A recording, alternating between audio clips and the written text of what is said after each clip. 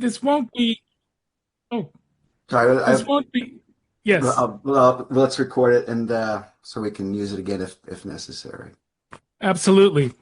So I won't necessarily be going linearly in terms of biblical, rabbinic, and modern.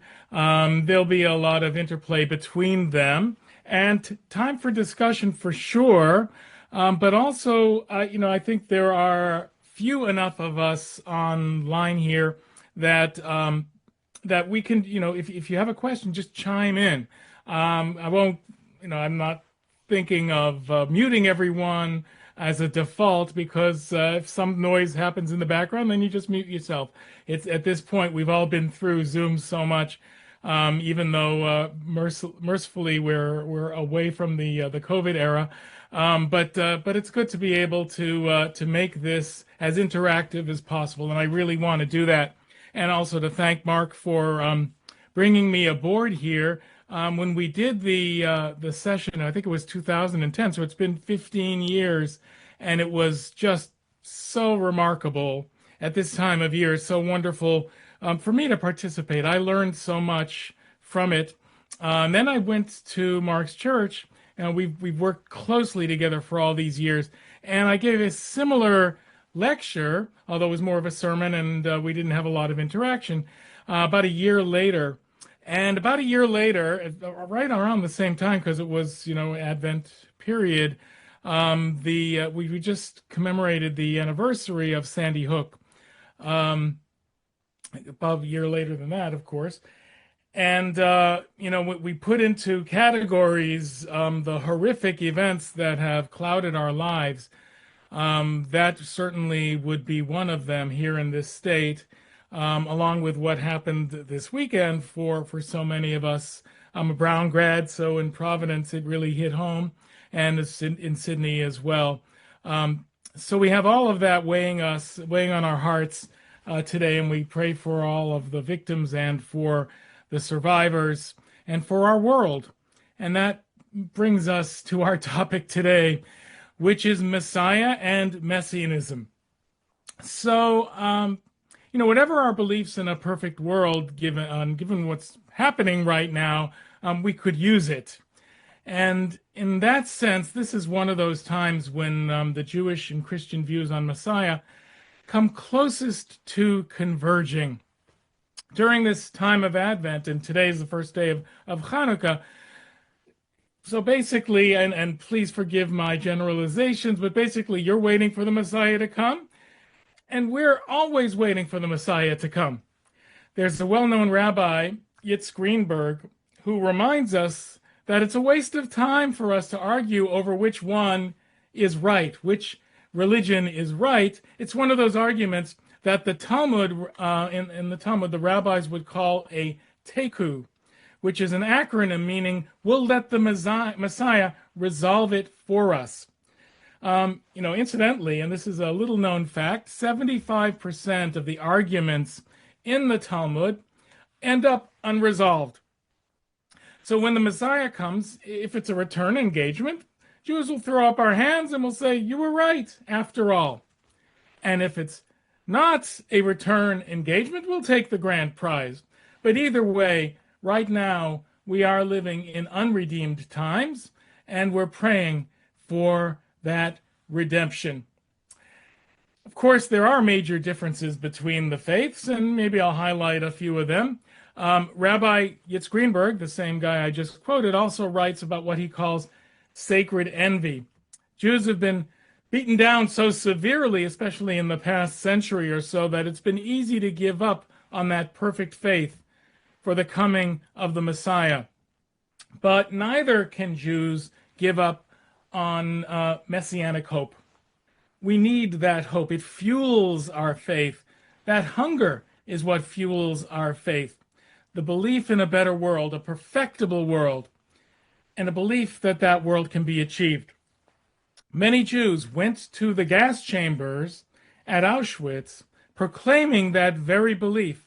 Ani ma'amin be'emunah shlema. I have a complete faith in the coming of the Messiah, even though the Messiah may tarry. And in the expression that they would recite, they would chant, heading to the gas chambers, they would say he.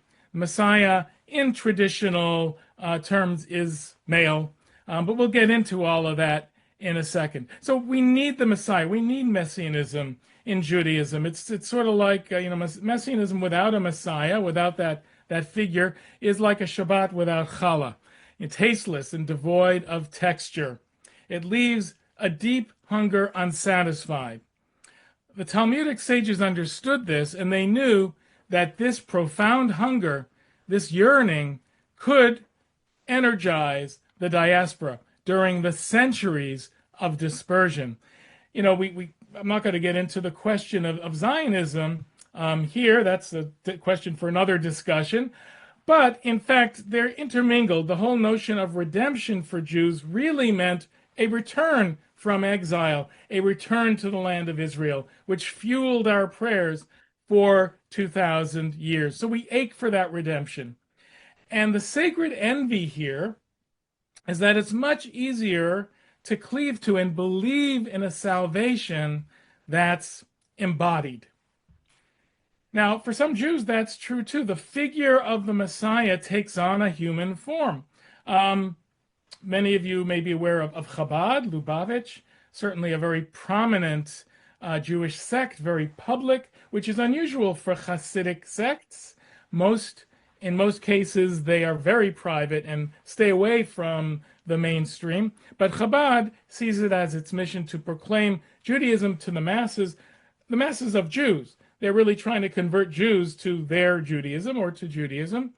And they very much firmly believe in a Messiah in the person of their recently, as in the 1990s, departed Rabbi or leader, Menachem Mendel Schneerson.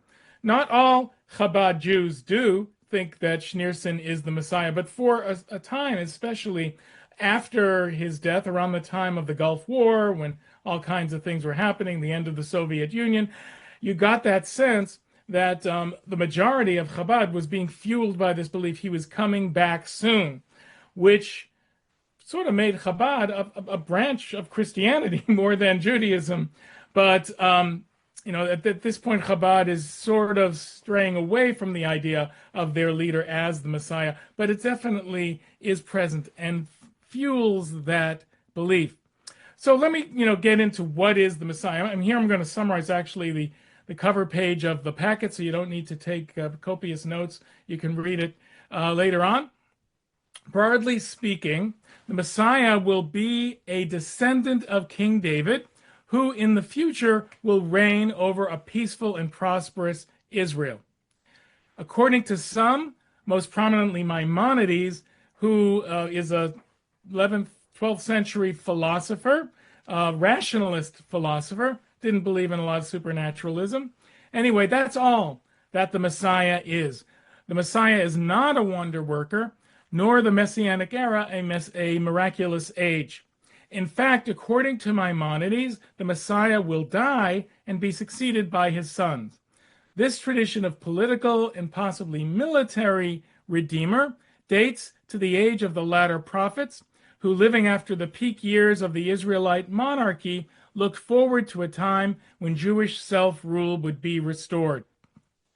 Other thinkers and texts stress the utopian, not the restorative nature of the Messianic era, and suggest that the age of the Messiah will be a supernatural time. According to one Talmudic source, for example, humans will have only good inclinations in the Messianic era, which I guess definitively we have not reached. For many, by no means all, contemporary Jews, the Messianic idea is as important now as it has been in the past. However, some moderns have rejected the idea that the Messianic age will be defined by the arrival of an individual Messiah, and instead look to the Messianic dream as a source of hope for a perfected and peaceful world. And one question I want to get to maybe at the end, when we talk about today, is both the dangers and the advantages of having this fuel of faith, this fueled belief, of intense belief, of utopianism, of a perfected world, because as we have seen in extreme forms of both of Judaism, Christianity, and Islam, messianism has become very messy and very dangerous. I want to sort of throw my cards on the table and say that I believe very firmly that messianism is one of the great causes of the horrors of our current situation, both in terms of the Middle East and Israel, but also here in America. And it's definitely fueled religious nationalism, all kinds of issues, which we can get to at the end. Anyway, so the word Messiah, Mashiach in Hebrew, means to anoint.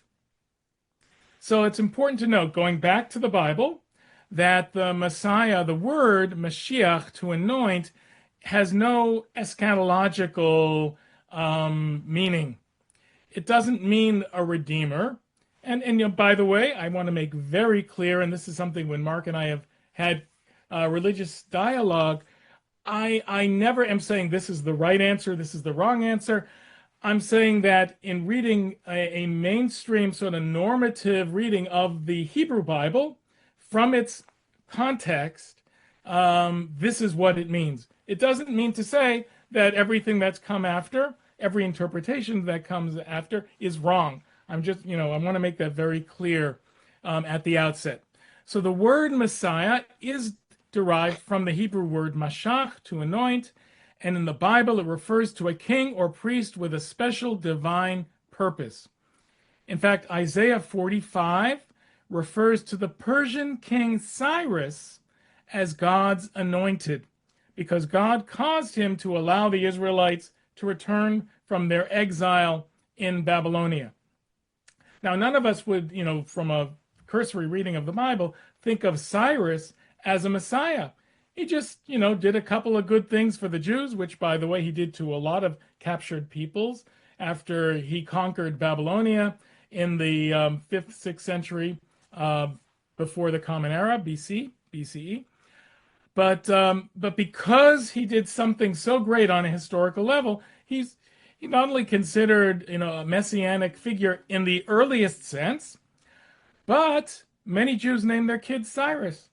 Not only then, but even to this day, a lot of people are named Cyrus, just like a lot of Jews named their kids Alexander for Alexander the Great, who you would not think of as a Messiah in any sense, but because at that time he unified the empire and gave limited freedoms to Jews in Judea, he was a hero. Not, though, a Messiah. Cyrus, in a sense, was. Now, some of the latter prophets, Isaiah, Jeremiah, Micah, Zechariah, discuss a future age that will be marked by unprecedented peace and prosperity and be ushered in by a descendant of King David. But they don't call this person Messiah. Most of the scriptural requirements concerning the Messiah, what he will do, and what will be done during his reign are located in the book of Isaiah, although requirements are mentioned by other prophets as well.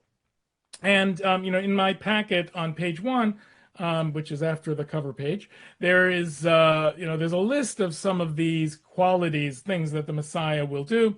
I'll just read a few of them. Once he is king, leaders of other nations will look to him for guidance. The whole world will worship the one God of Israel. That's Isaiah 2. He will be descended from King David via Solomon, which is an important thing to note because David had other kids.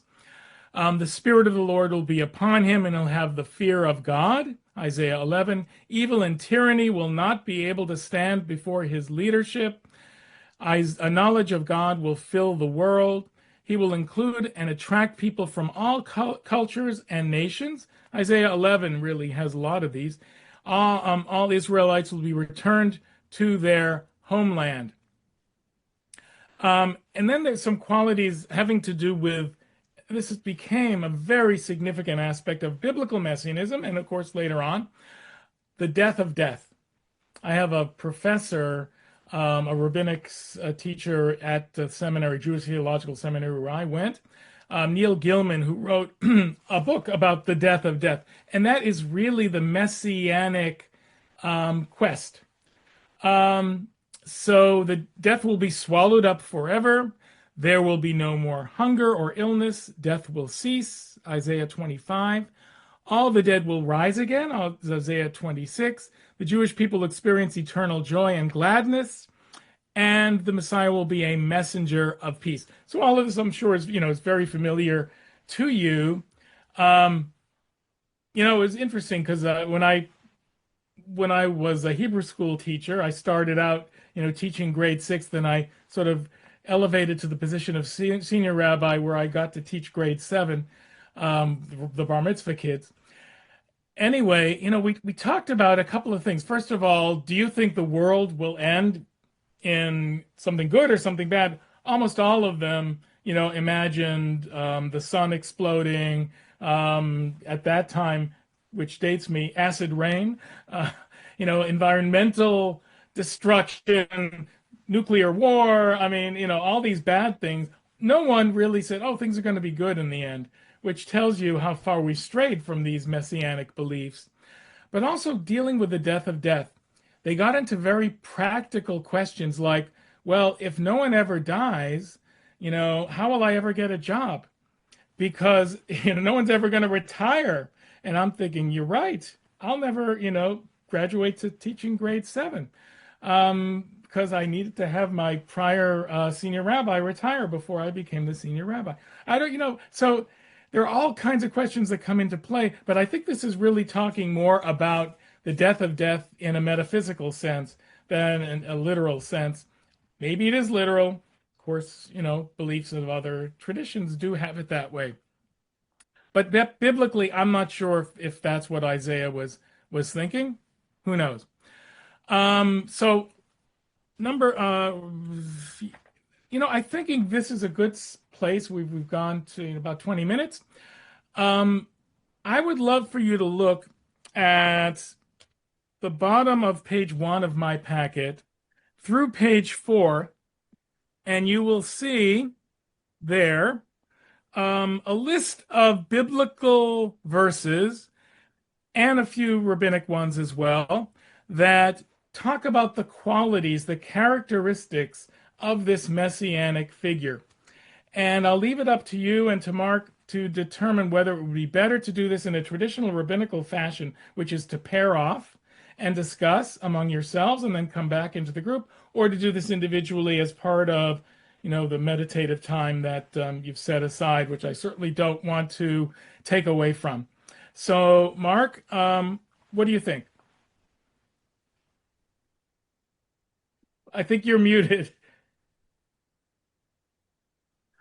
Um, I don't know. Is there a strong feeling in the part of the group? We got there are 14 of us.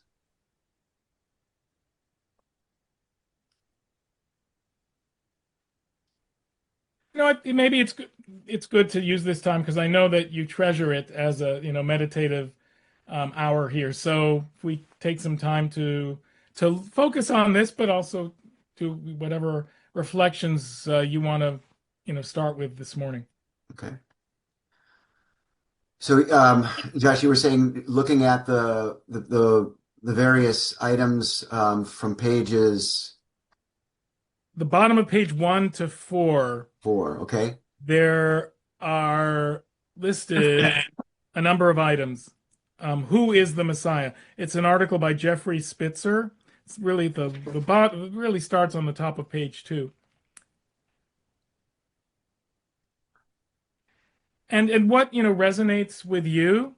Um, what resonates with your faith system, or doesn't, or it seems very new to you as to how your personal sense of messianism of the Messiah would fit in with these biblical and rabbinic models.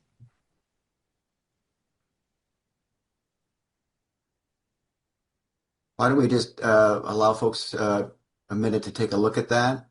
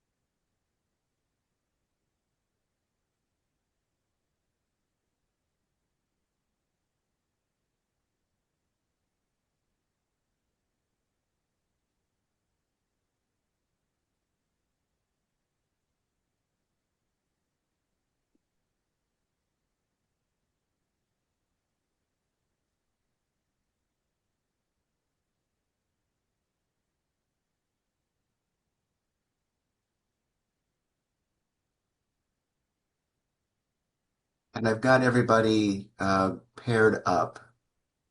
So why don't we do what you mentioned, Josh, the rabbinic model of dyads, conversation.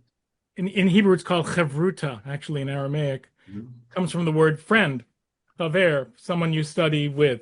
And if you've ever seen movies or whatever where they show a yeshiva in action where Jews are studying, it's always in pairs. So it's a good experience to have to share. So let's take, let's say 5 minutes just to talk with the person in your breakout about what strikes you, what you find interesting, questions that you might have, and then we'll bring you back at about, let's say 9:40. Okay? So, Mark, I probably should not be included. You are Just want not. to, okay. Um,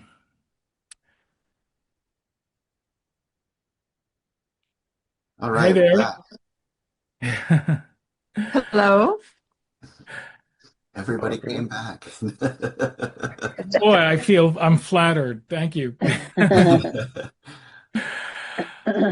So, maybe this would be, I'm not sure how many of you know everyone, but, maybe this is a good chance to sort of meet people by answering this, this challenge, this question about what the qualities of the Messiah based on some of the Jewish sources that you can relate to, identify with, or are surprised by. And but also anything else, any other questions you might have. One question that you may have is what my background is. This is not where I am right now, uh, surprisingly.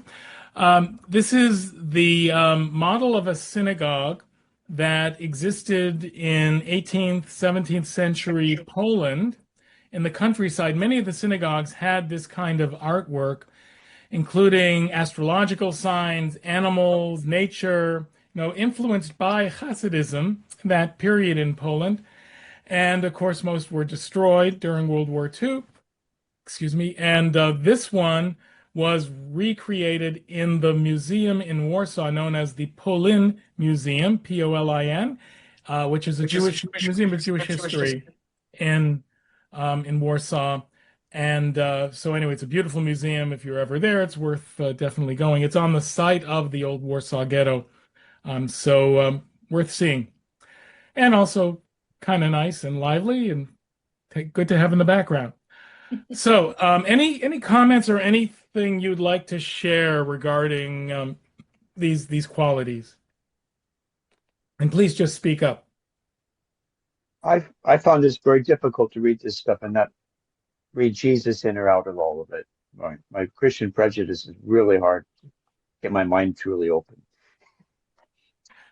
So that's interesting. I mean, which is fine, but they're so diverse. You think of, Yeah, and this certainly isn't all of them. The prior list, that I quoted from before that too, but also, being a Prince of Peace and a military figure at the same time. I guess, a Messiah would be able to resolve these contradictions. But does the military side of it resonate with you? I had a hard time with that one. The I confess that one in our Bible study that I'm leading, we're focusing on we just read the first book of Maccabees and we struggled mightily to finish it. I actually confess we did not. We all threw in the white towel. We ended up watching a video of from the Bible Project on First Maccabees so that we could get the full summary. So confession to all my colleagues. But we all had such a hard time reconciling the violence. And that was like a general overarching theme with scripture is like just the sheer amount of violence.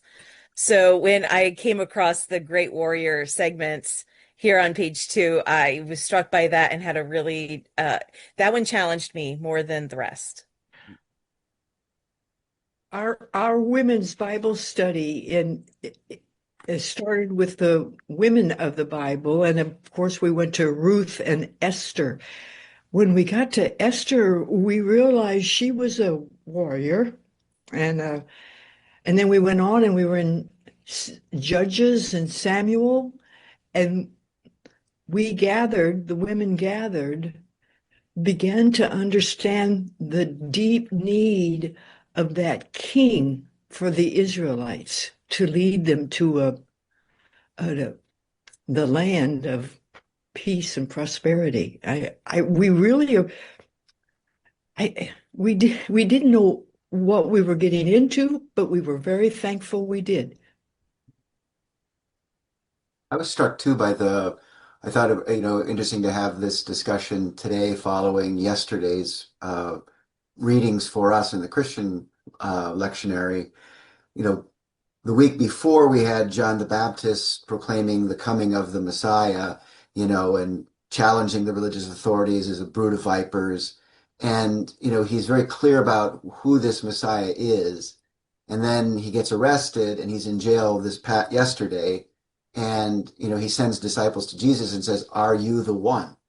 So there's this, this sense, I think, and I know that it exists within Judaism as well, that there are these characteristics and attributes that are in the texts and in the rabbinic writings about what the Messiah will look like, who the Messiah might be.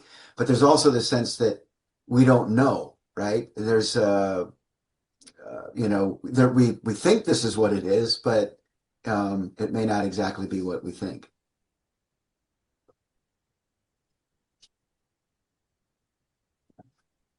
So I want to just cycle back to this question of militarism.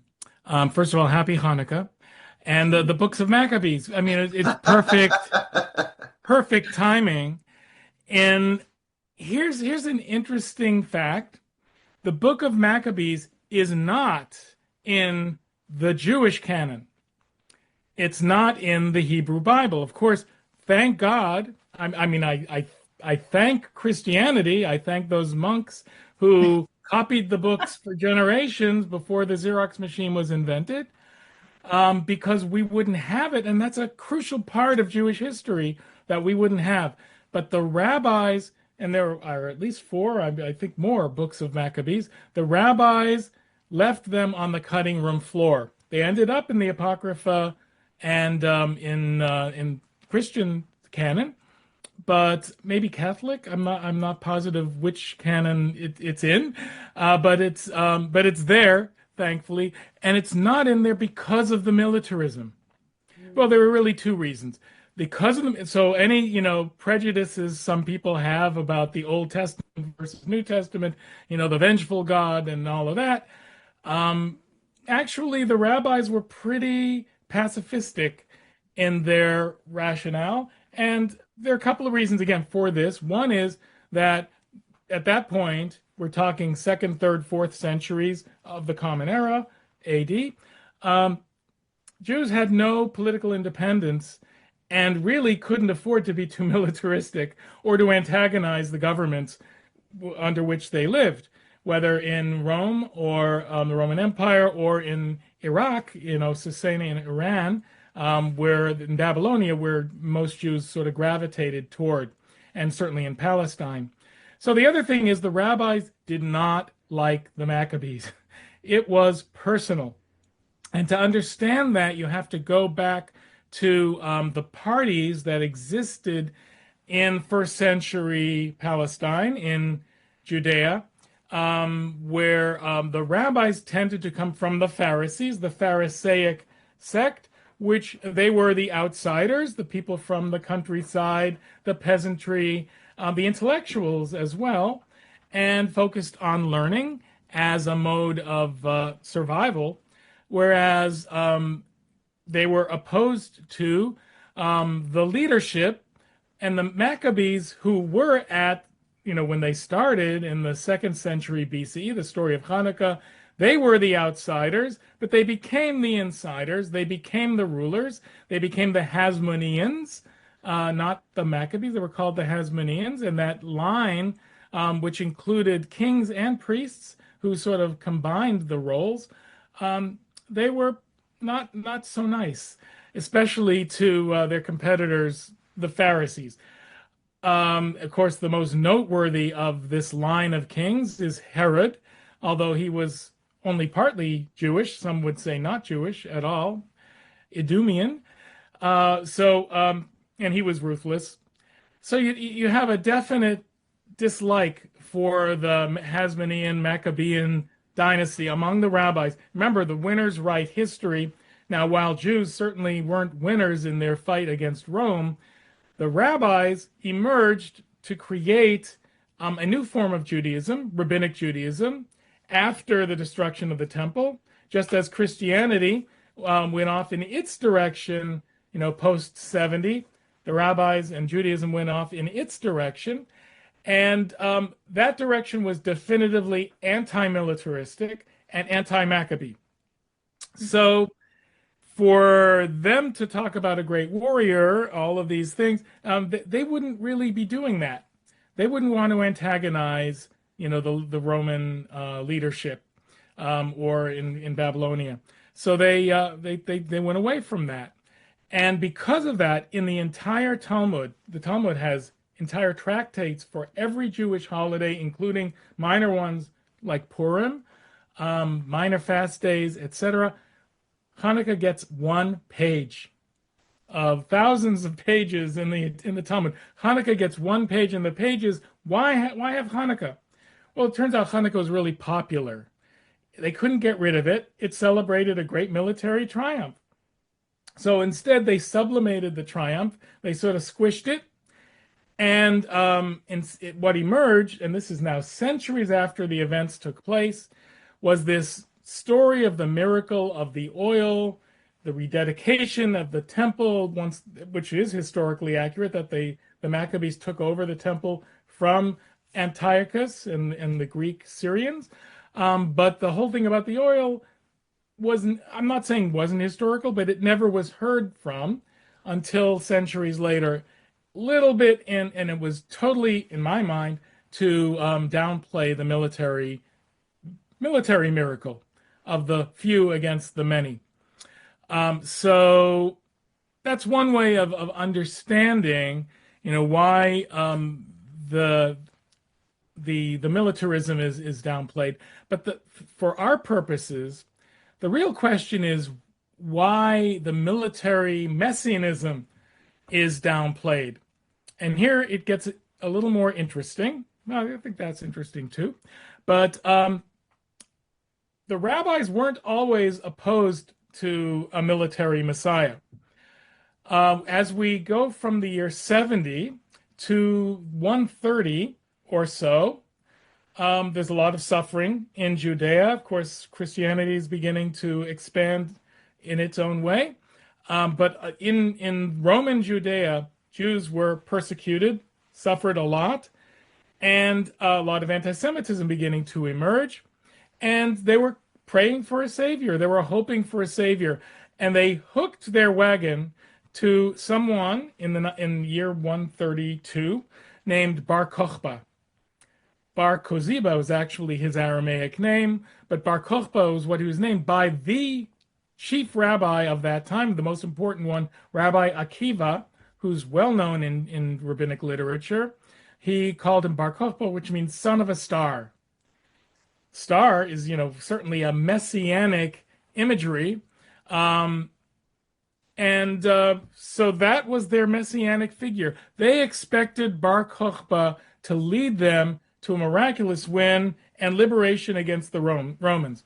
Now, why were they so sure? Well, they did some basic math. If you go back to the first temple's destruction in 586 BC, that was followed by King Cyrus, whom I mentioned before, this messianic figure in the first, of the first temple's destruction, who let the Jews go back from Babylonian exile to Jerusalem to rebuild the temple, which became the Second Temple. That was approximately 70 years from the destruction of the First Temple in 586 to the return from Babylonia. If you go to the year 70, the destruction of the Second Temple, and you count 70 years, give or take, not quite, but they were, a little anticipatory, you get to 132. And that's when they were sure the time was coming when they would get to rebuild their temple again and have the third temple. They still couldn't comprehend a Judaism without a temple. The whole sacrificial system, everything, it was about to disappear. And the alternatives, such as, early Christianity, weren't feasible to most Jews at that point. So they thought Bar Kokhba was going to lead them. They staged a rebellion. This is historically accurate. And the rebellion failed miserably to the point where in 135, there was a destruction of the Jewish fort at Beitar that marked the end of the rebellion. It is estimated that almost 1 million people died in that rebellion, hundreds of thousands. And so it was complete, utter devastation. This is my long-winded way of saying that at that point, the rabbis determined that belief in a Messiah was dangerous. At least a political Messiah, a military Messiah, that was dangerous and could lead to devastation. And from that period on to Zionism, really in 19th century, but give or take, there were a few sort of happenings in the interim, but we're talking nearly 2 millennia. Judaism existed outside of the political world, and instead, and outside of its own land, in the diaspora, as a sort of a civilization above, and sort of a meta civilization above what was happening in history, sort of transcending history. Of course, Jews did exist in history, no question.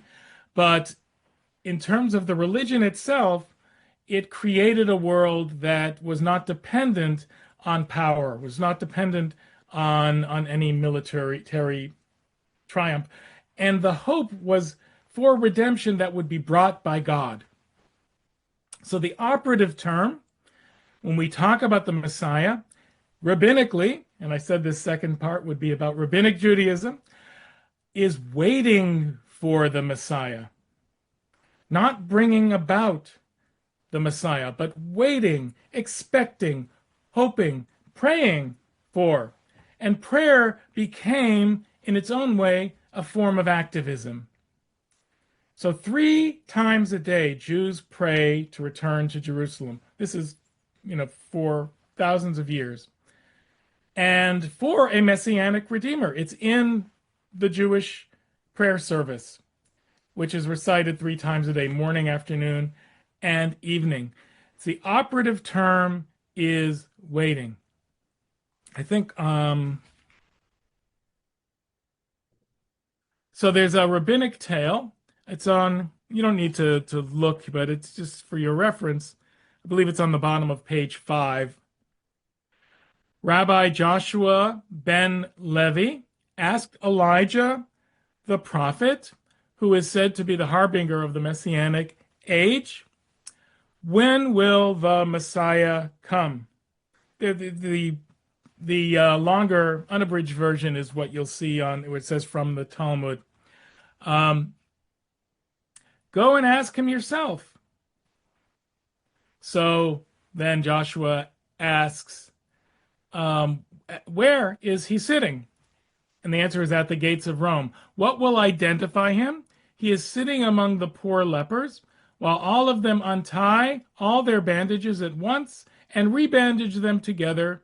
He unties and rebandages each separately before treating the next, saying, I might be needed, so I must not be delayed.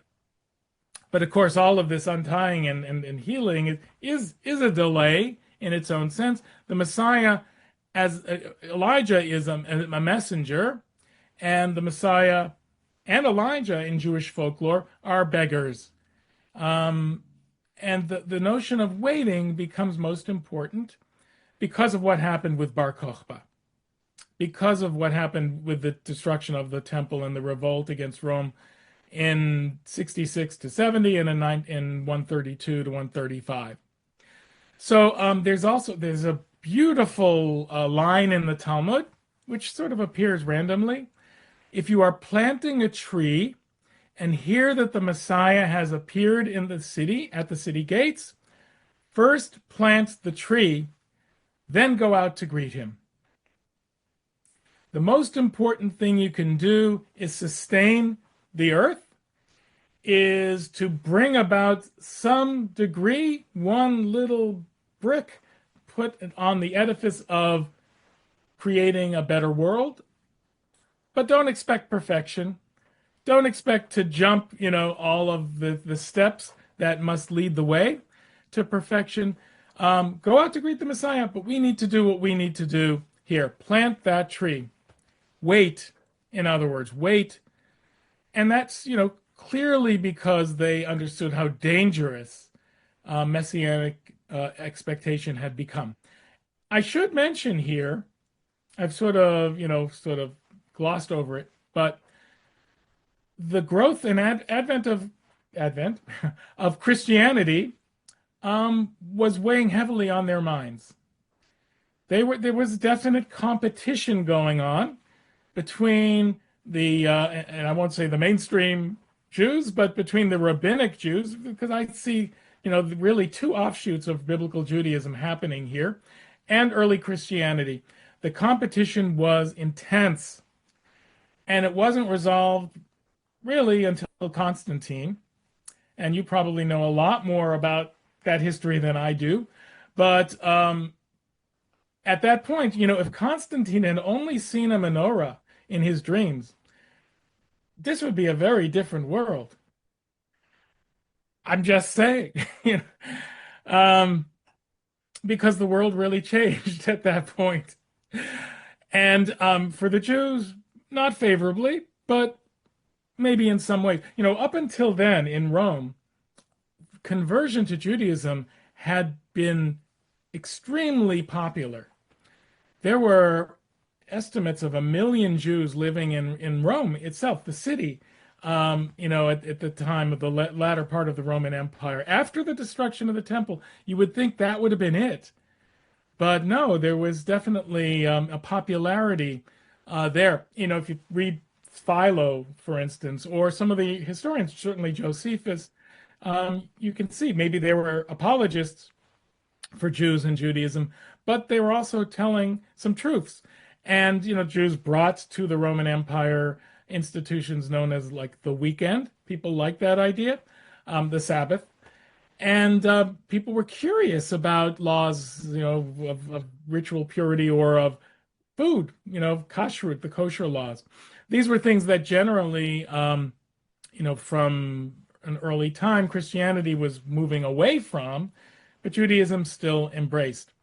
So anyway, I just, wanted to put out there why this militaristic sense of the Messiah has waned in Judaism, and the notion of waiting as opposed to creating a messianic environment, an environment of where we can bring about the Messiah. This, of course, comes into play in modern times in the current situation, but I'll get to that after our next break. But I want to say that throughout the Middle Ages, it also reared its ugly head. There was a point when suffering was so great in 1600s especially, but the Crusades were not a good time for Jews. And you have messianic upsurges of movements. But in 1648, in particular, there was a massacre that took place with the Ukrainian wars. Khmelnytsky, the great Ukrainian, not so great in our estimation, leader who led in persecutions of the Jews for all kinds of reasons. The anti-Semitism, the development of anti-Semitism in the Middle Ages is an interesting study. Begins as a religious competition, but also has social and economic and other elements. Eventually racism in the 19th century. But at this point, it was primarily religious and social resentment. Jews were the tax collectors, the moneylenders, etc. The kings in Poland and in Germany definitely used the Jews for their benefit and protected them for a time, but then things got a little hairy. Anyway, thousands killed and great despair. And Jews again used math, used mystical interpretations of calculations of years and numbers, and determined that in the year 1666 the Messiah would come. So a man emerged named Shabtai Tzvi, and he was, oh, I see a cat. Hi there. Shabtai Tzvi was heralded. Remember, Elijah sort of heralding the Messiah, heralded by a prophet named Nathan. And Jews throughout Europe, not just in Poland, but throughout Europe, were packing their bags because one of the elements of messianic expectation was that Jews would move back to the land of Israel, that yearning that they had every day for hundreds of years. So Jews literally packed their bags. They gave in to a form of Judaism which was really a bastardization of rabbinic Judaism. In some cases, a reversal of rabbinic norms that Shabtai Tzvi led them on in this path. Later, Jacob Frank was another false messiah who's got a fascinating story also related to this. But Shabtai Tzvi was seen as a threat by the Sultan, of course, the Ottoman Empire, in charge at that time of Palestine. And so he's brought in, and a day later he emerges having converted to Islam. Major disappointment. Another case where forcing the issue of messianism hurt the Jews terribly. So, there was a conflagration within Jewish communities because of this conversion. Some still followed him. And unfortunately, that really didn't lead anywhere. So that was the end of that. You have then, after 1666, leading into modern period and the Enlightenment, a complete revulsion toward any kind of messianic expectation that human action could deliver upon. So you're really steering away from that until you get into the modern period where you have political, nationalistic forms of messianic hope. And that would include, Karl Marx. That would include all kinds of secular salvation that have connections to Jewish forms of messianism. Certainly Karl Marx did. And, so we could, talk about that. I guess maybe we'll have a little bit of a break now. Yeah, maybe we can do a break, Josh. And I think we're going to be looking at probably two sessions. And I think we've did a little bit with the biblical and the rabbinic understandings. So we can, come back. If there are questions, we can talk about that and probably move into the implications for kind of contemporary modern day messianism and as you were talking about nationalism and so on. It's 10:08, so why don't we take 10 minutes just to do what you need to do. If you'd like to pray, reflect, write, just take a break, and we'll come back at 10:18. Okay?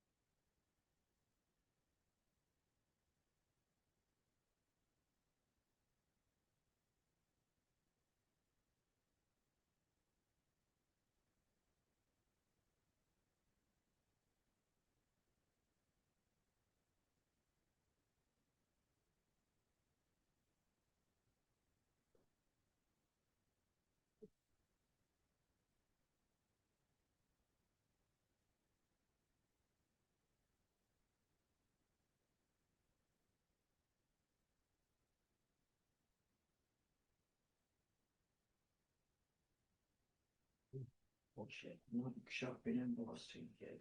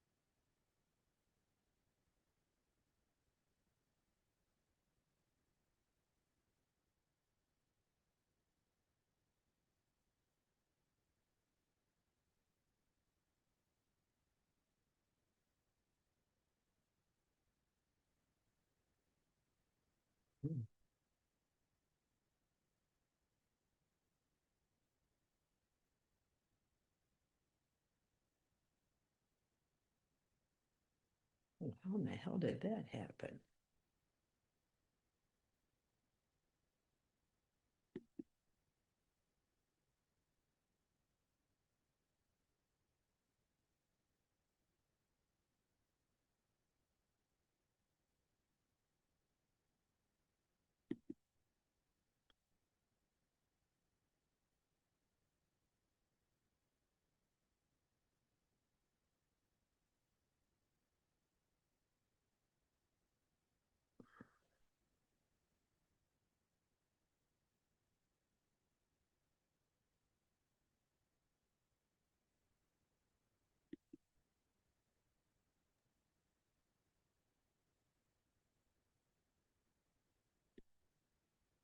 What the hell?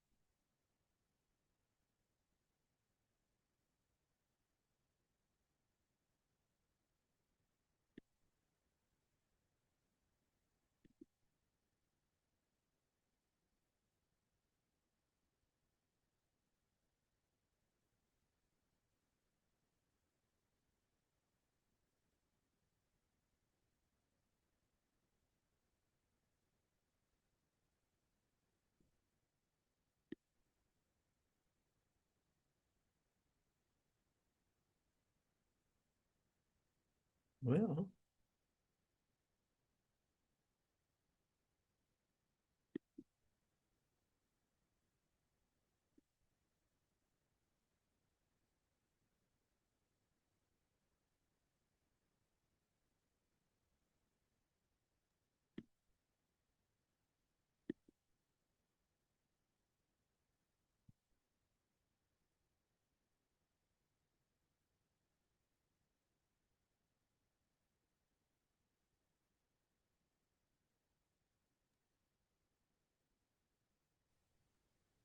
Hi, Mark. Rick, how are you? Oh, great. This is really good. I mean, if nothing else, it's a really good, like the history explaining where some of the really deep roots of anti-Semitism. Yeah, yeah, That's great. Thanks for being here.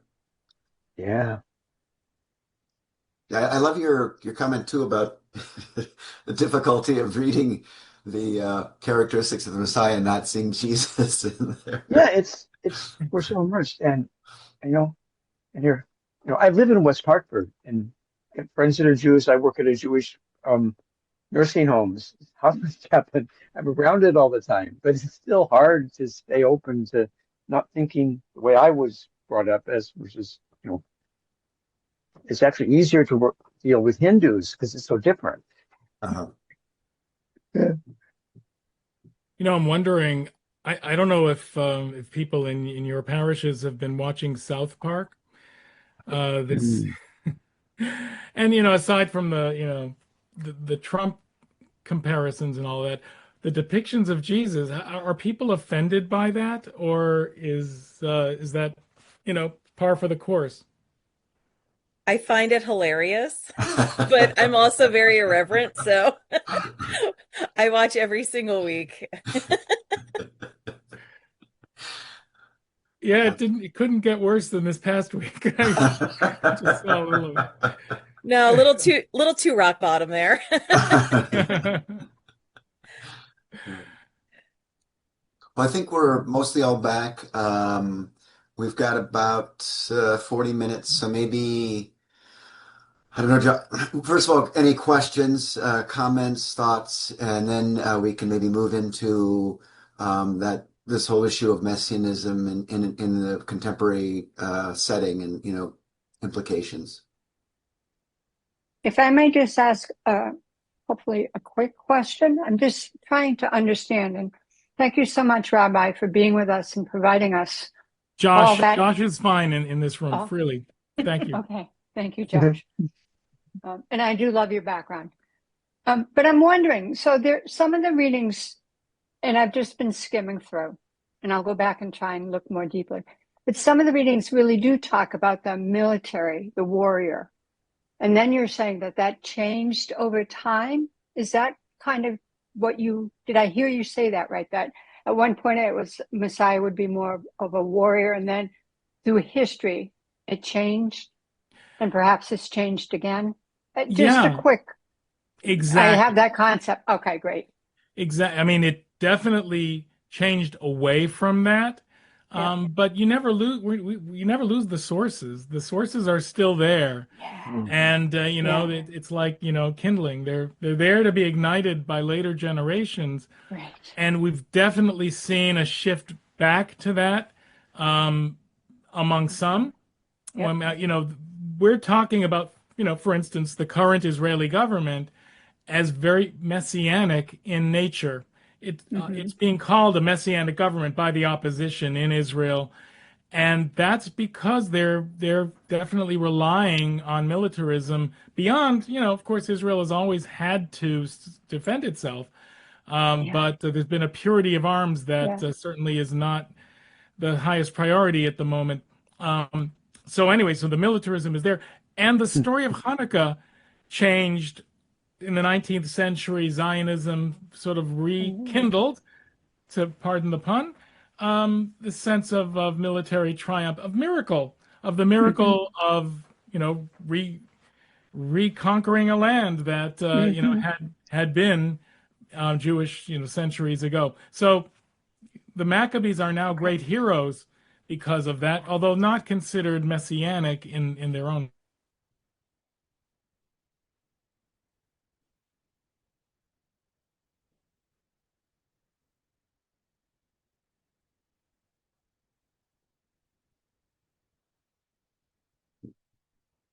To date.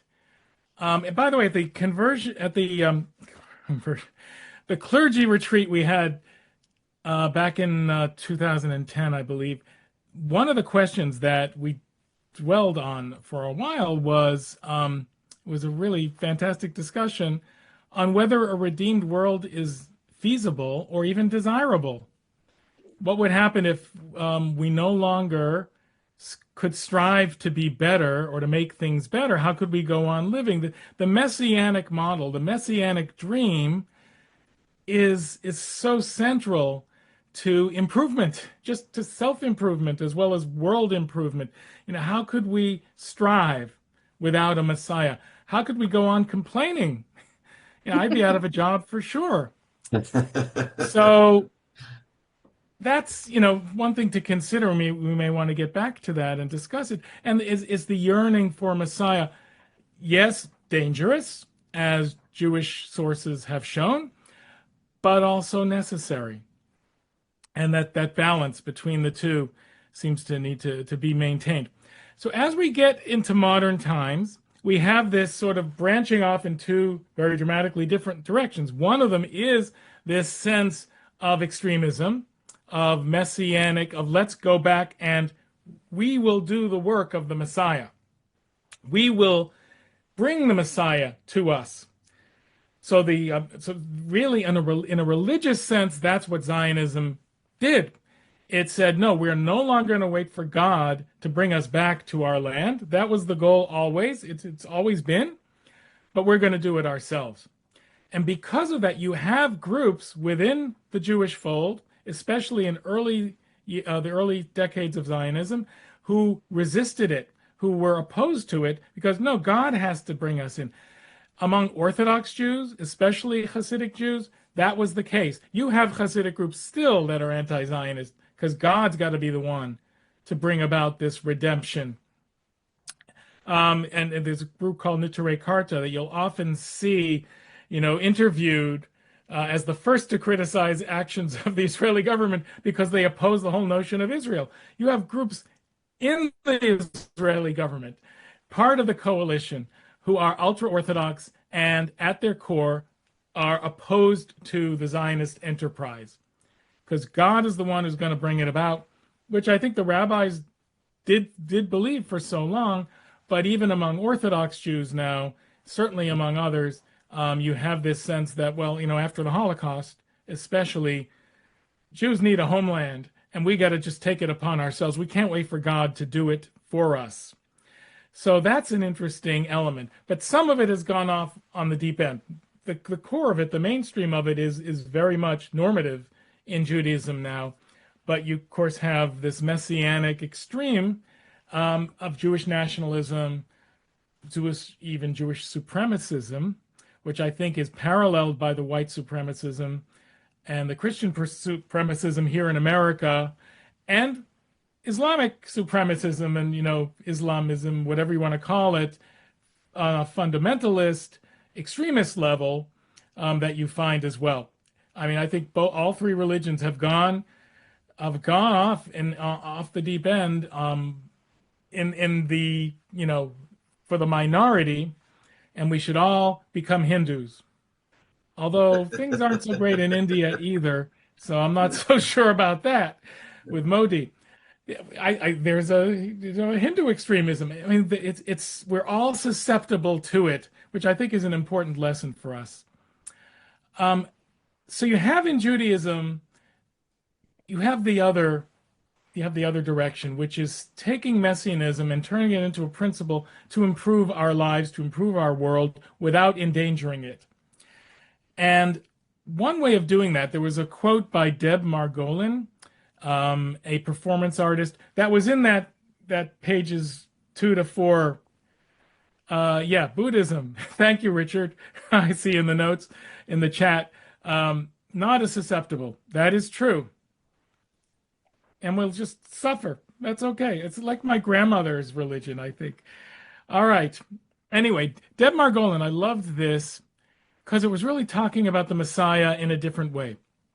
The thing I love most about being Jewish is waiting for the Messiah. That is what I love the most. Waiting, waiting, like so much of life. We Jews are waiting for the Messiah. I love that the book is still open on the question of the identity of the Mashiach. Eleanor Roosevelt, George Balanchine, Martin Luther King, etc. The woman who takes care of my kids when I'm working. The UPS man who's so nice about carrying in the boxes and setting them down wherever you need. The sexy guys from the cable company. It's like a big Halloween party. Life is a costume party in which anyone may come forward from behind the masks and reveal themselves as the Messiah, as Mashiach. The person you're sitting next to could be the Messiah. It's a beautiful sense that even if it's not true, and we don't know that it's not true, we should treat the person next to us as if that person may be ultimately the Savior. It's sort of the reverse of the old philosophical thing. What do you do if you meet baby Hitler? You could change history. Well, you can also change history by saving the life of a 2-year-old child, who seems so innocent and is so innocent and could grow up to become the Messiah, or if you mistreat that child, could grow up to become a dictator. So there are just so many lessons embedded in that are so precious. And at the core is the notion that all human beings are created in God's image. And that is something that's been lost. As we focus so much on the top of the pyramid, on the Messiah, on who's going to lead us, we have to know that it's a grassroots project. It's all of us. It's humanity. But all of us have to see one another as being in God's image in order for the messianic principle to work, for the world to become better, for it ultimately to be perfected and death defeated in theory, although, probably never in practice, because as was said, I have the quote by Kafka, the Messiah will arrive on the day after he is no longer necessary. I love that, because what it's really saying is we don't want the Messiah to arrive. We don't want God to take over the enterprise. We've got to do it. Secular people, human beings have to do it, and religious. But if we do it, if we build it brick by brick, step by step, a perfect world, then the Messiah won't be necessary. But we need the ideal, we need the dream, we need the goal, we need the hunger in order to get us closer to that perfect world. In the Talmud, remember, the rabbis were opposed to militarism. They were opposed to activism, but not activism when it came to performing mitzvot, when it came to performing Jewish precepts. So the active performance of the commandments is what brings about the Messiah. You have in the Talmud this idea, this notion, that if all the Jewish people were to observe the Sabbath completely for 2 weeks in a row, the Messiah would come. That's a beautiful notion and will never happen. I know my people. 1 week would be amazing. And that's not going to happen because everyone will have a different interpretation of what does it mean to observe the Sabbath. But 2 weeks, not going to happen. And of course, the rabbis knew that. But the striving, the goal, they had congregants too, 2,000 years ago. They knew, but they wanted it to happen. So here is where Chabad, I've mentioned Lubavitch and their belief in their leader as being the Messiah, Menachem Mendel Schneerson.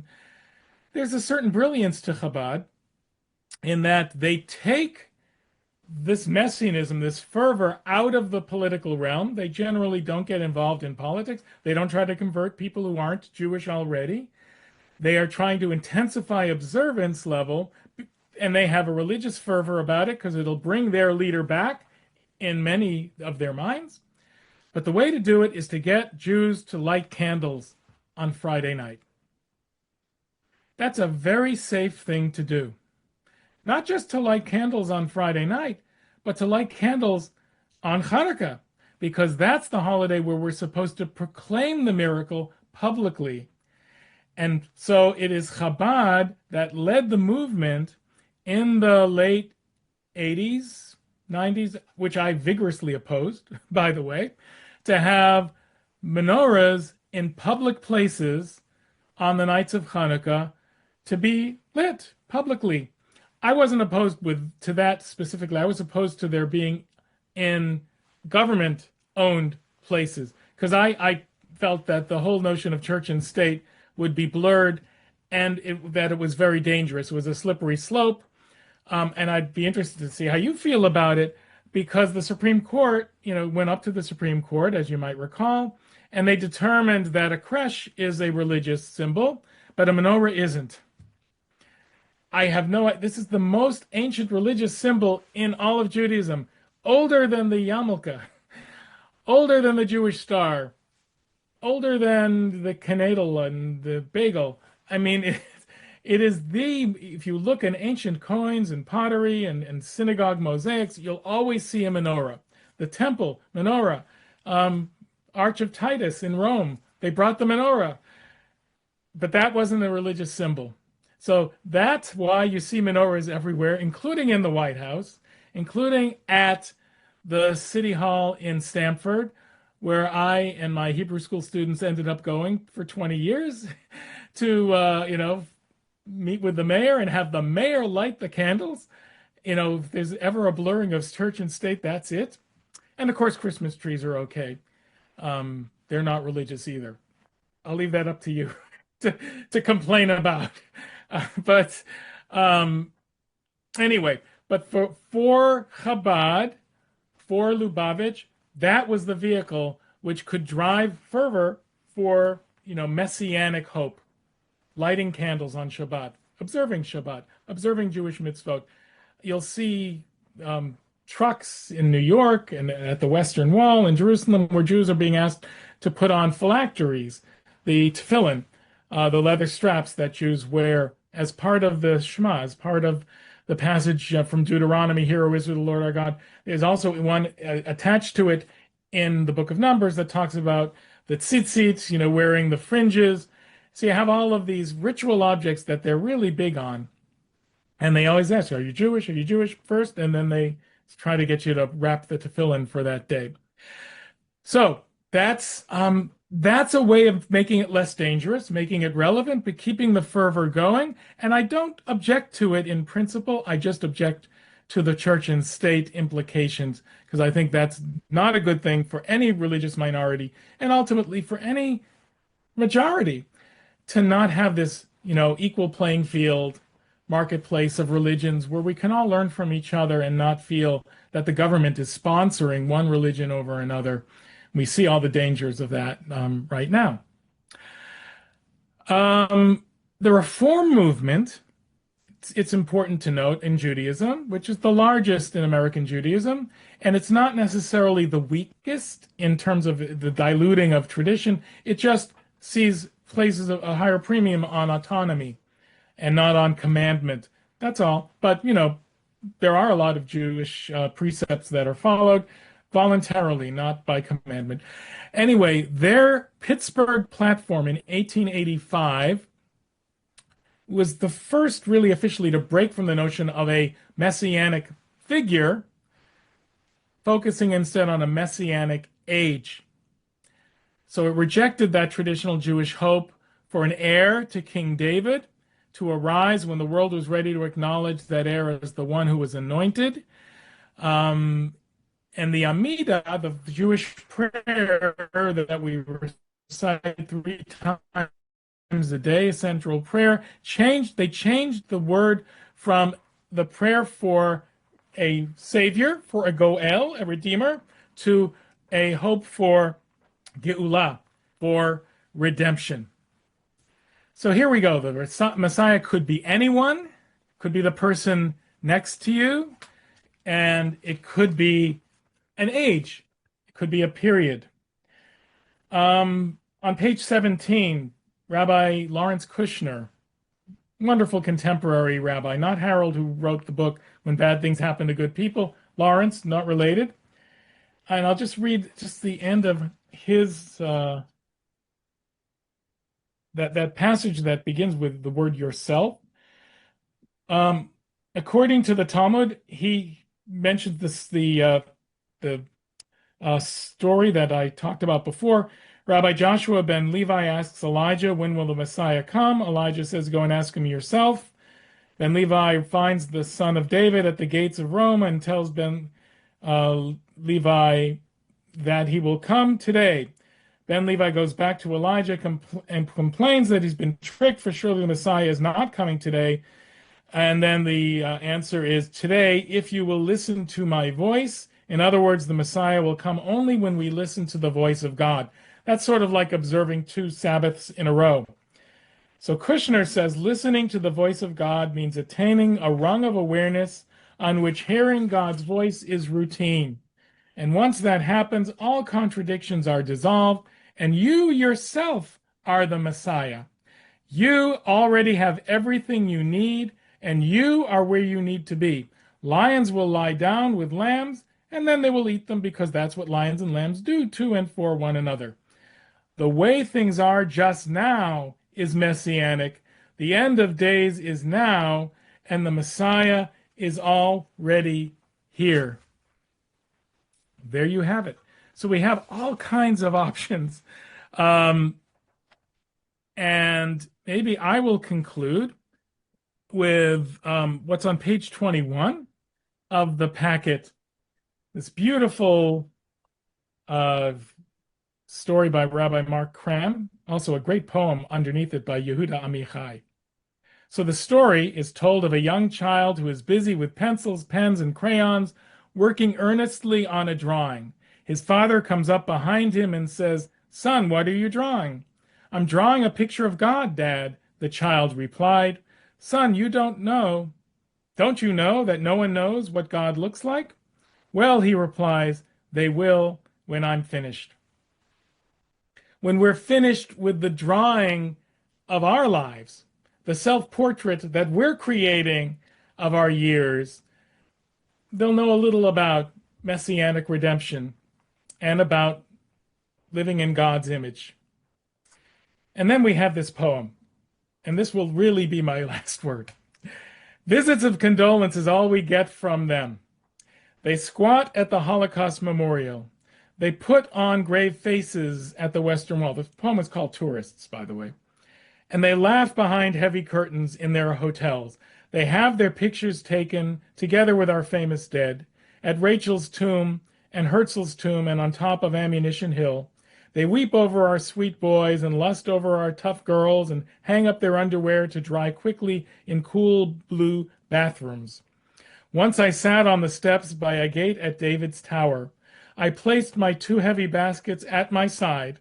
A group of tourists was standing around their guide, and I became their target marker. You see that man with the baskets? Just right of his head. There's an arch from the Roman period, just right of his head. But he's moving, I said to myself. Redemption will come only if their guide tells them, you see that arch from the Roman period? It's not important. But next to it, left and down a bit, there sits a man who's bought fruit and vegetables for his family. So I hope I've given you, at the very least, some sermonic material, but also a different perspective on salvation and hope at a time when we are so in need of just that. So thanks so much. Any questions? Thank you, Josh. Appreciate that. I was curious about, we were talking a bit about Christian nationalism, and from your perspective, as a rabbi, the connections you see, and if there is any divergence with Messianism. I think the connection is so basic. It's the idolatry of knowing what God wants, of imagining that God is on my side and not on your side, and having God be a divider instead of a unifier. It just runs counter to the precepts, the basic tenets of both our traditions, of all our traditions, and is in that mind, in that way, blasphemous.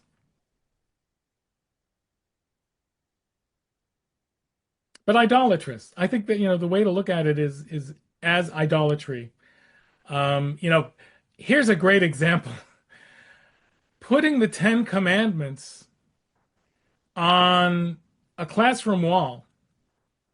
A Xerox printing of the Ten Commandments, scribbled out, in whatever way, or beautifully done artistically, whatever, on a classroom wall, is in itself betraying one of those commandments about idolatry, because it becomes the focus of worship, as opposed to the ideas behind it, which say we shouldn't try to carve God's name and bow down to it.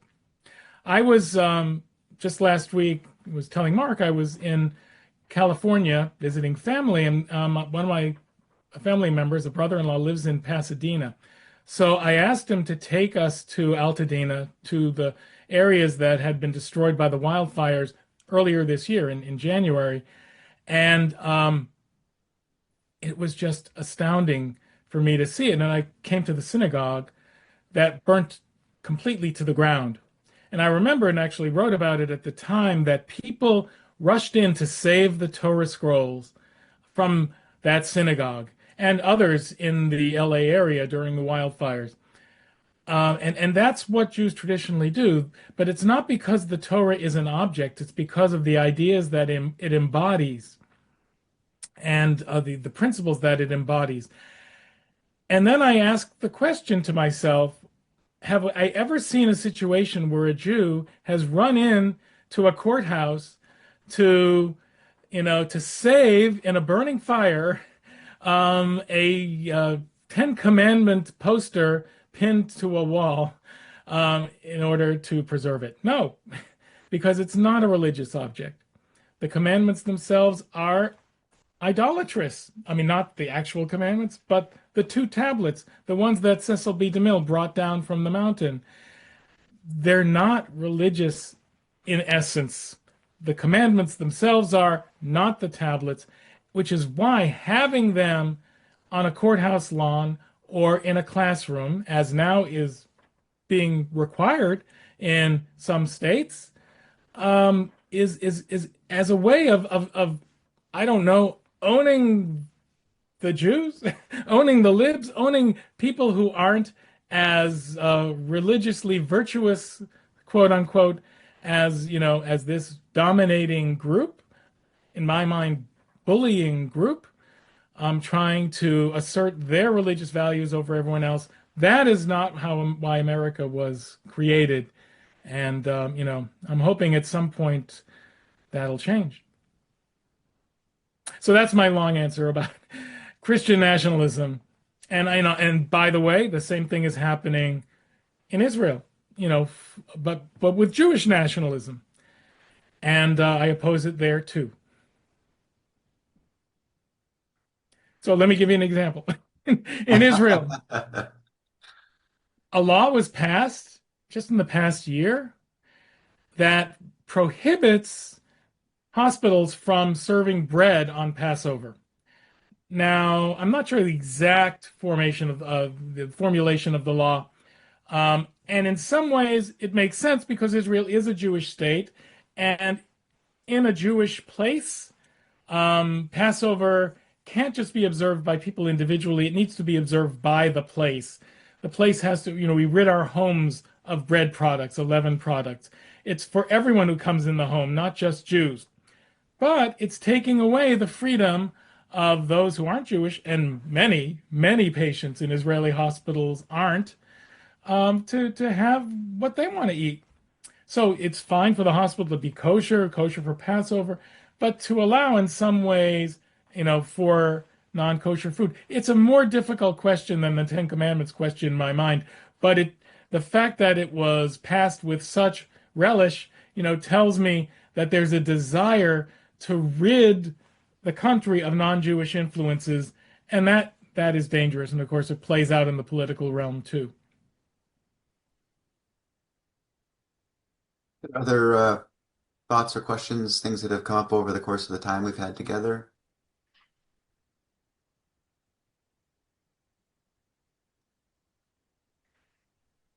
So, sorry, go ahead. I would just like to say that the fact that I'm so quiet today is because my head is spinning. So I'd say thank you for the spinning it will do today. Oh, thank you so much. I really appreciate that. I do want to mention, and this is not for self-promotion purposes, but I have a Substack. Who doesn't? I guess. And you can find it. It's called In This Moment, Rabbi Joshua Hammerman. You can Google it, whatever. And please let people know about. But also, I don't know if Mark will be able to get me some version of the video from this, but I'd love to share it with my readers. I have, several thousand subscribers, so I'd love to be able to share it. And I hope that would be okay with all of you, for me to, at this time of year, to get a message across about what Messianism is and can be in our world. I just want to make sure that is okay with everybody. Thank you. Okay, thanks. Yeah. Thanks, Elizabeth. And I'll send Mark the link once I send it out. Great. Thank you. Well, if we were to give you 10 minutes to just go and meditate and reflect, that would put us right at noon. So if there are no other questions, not at noon, at 11 o'clock, if there are no other questions, we can let you go and do that and get on with your day. I don't have a question, Mark, but I'll just say I'll be meditating on this for longer than 10 minutes. This is great. Thank you. And, I offer, I would love to come back at any time, either in this setting or, within your communities or whatever. I really, love to be able to do this. Recently retired from the pulpit, so it's great to have contact with lots of people. Possibly another session on how you deal with Jesus. I mean, that's a big topic, more than 10 minutes, but how Jews see Jesus and reconcile that in the world, that would be. That would be great. In fact, Mark and I co-taught I guess it was 4 sessions on this topic a couple of years ago. There's a great book out by, I know Brettler is one of the editors, Mark Brettler. Jesus, the Bible, what is it, like the Bible with and without Jesus? That was, I think that's the title. And I sort of took the without part, but we had a great conversation just about certain parts of the Bible, like Isaiah's quotes on the young woman, on the virgin, and all that, and how it's looked at by various traditions. Yeah, it's reading the Bible with and without Jesus. I can put a link in there. It's a great book. Great for adult education.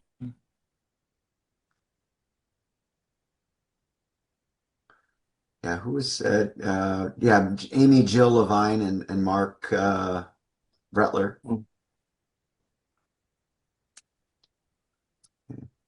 For those who don't know, Josh lives in Madison, Connecticut, so he is in that area. And If you could just let me know if this was helpful, interesting, if there are other things, Dick, what you mentioned about another conversation down the road about Jewish understanding of Jesus. If there are other things that are of interest, I'd love to try to do things that would be helpful to people, enriching. This is relatively low-hanging fruit. It's not a huge cost or lift. Thank you, Josh, for your time and your expertise. Certainly appreciate that. Um, but thank you for coming out today. Blessings on the rest of your Advent and on all of our waiting for Messiah. Thank you. Thanks, Josh. Yes. Yeah, thank you. And if Thank you. Thanks.